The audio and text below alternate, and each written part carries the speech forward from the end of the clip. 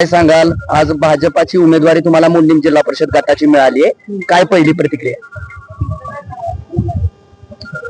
काय महिलेबद्दल धन्यवाद. बर, पण ते एक पारंपरिक गट आहेत तुमच्या भागामध्ये. भारत आबा शिंदे आणि शिवाजी नाना कांबळे हे पारंपरिक विरोधक समजले जातात. दरवेळेस वेगवेगळ्या कार्यक्रमात दिसतात एकाच ठिकाणी. पण आता तुम्ही राजकीय लढाईला सज्ज झालात.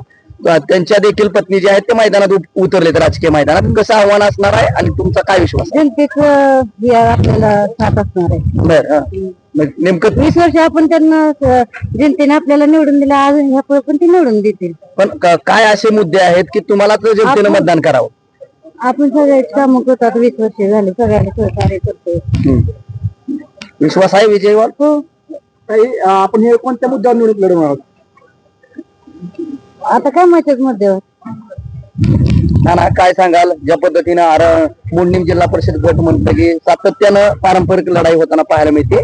आज जरी तुम्ही एकमेकाच्या विरोधात नसले तर सौच्या लढतीसाठी स्त्री सज्ज झालेत.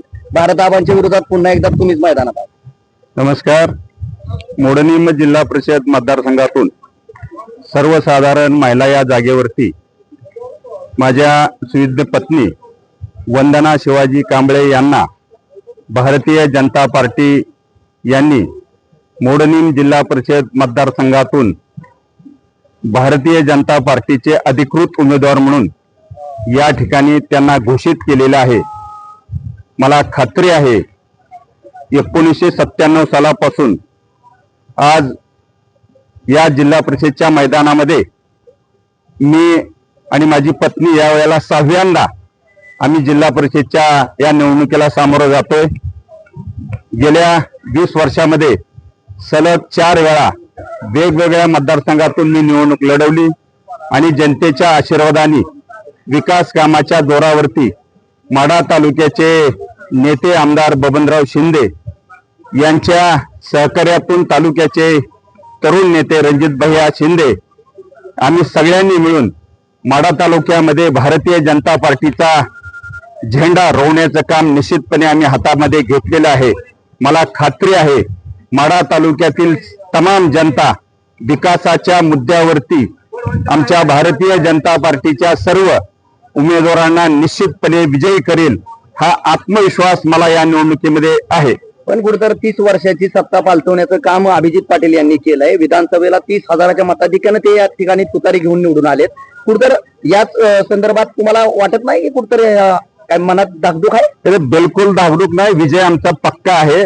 कारण 30 वर्षाचा अनुभव या निवडणुकीमध्ये आम्ही मैदानामध्ये असताना लोकांचा आशीर्वाद असल्यानंतर जनतेची साथ असल्यानंतर कुणीही आम्हाला या निवडणुकीमध्ये भारतीय जनता पार्टीचा उमेदवार म्हणून माढा तालुक्यातील 5ही गटातील सर्व उमेदवार, पंचायत समितीचे 10 उमेदवार अधिक जिल्हा परिषदेचे 5 उमेदवार आम्ही जिल्हा परिषदेमध्ये सर्वजण मिळून त्या ठिकाणी आमदार बबनदादा शिंदे, रणजित भैया शिंदे यांच्या नेतृत्वाखाली जिल्ह्याचे पालकमंत्री आदरणीय जयकुमारजी गोरे साहेब आणि या राज्याचे मुख्यमंत्री आदरणीय देवेंद्र फडणवीस साहेब यांनी जो विकासाचा नारा या राज्याला दिला, या तालुक्याला दिला, गेल्या अनेक वर्षाची अनेक विकासाची कामं या दोन्ही नेत्याच्या माध्यमातून माढा तालुक्यामध्ये विकासाची गंगा निश्चितपणे आदरणीय बबनदादांनी जी सुरुवात केली त्याच्याच पावलावरती पाऊल टाकून रणजितसिंह शिंदे या तालुक्यामध्ये विकास करतात.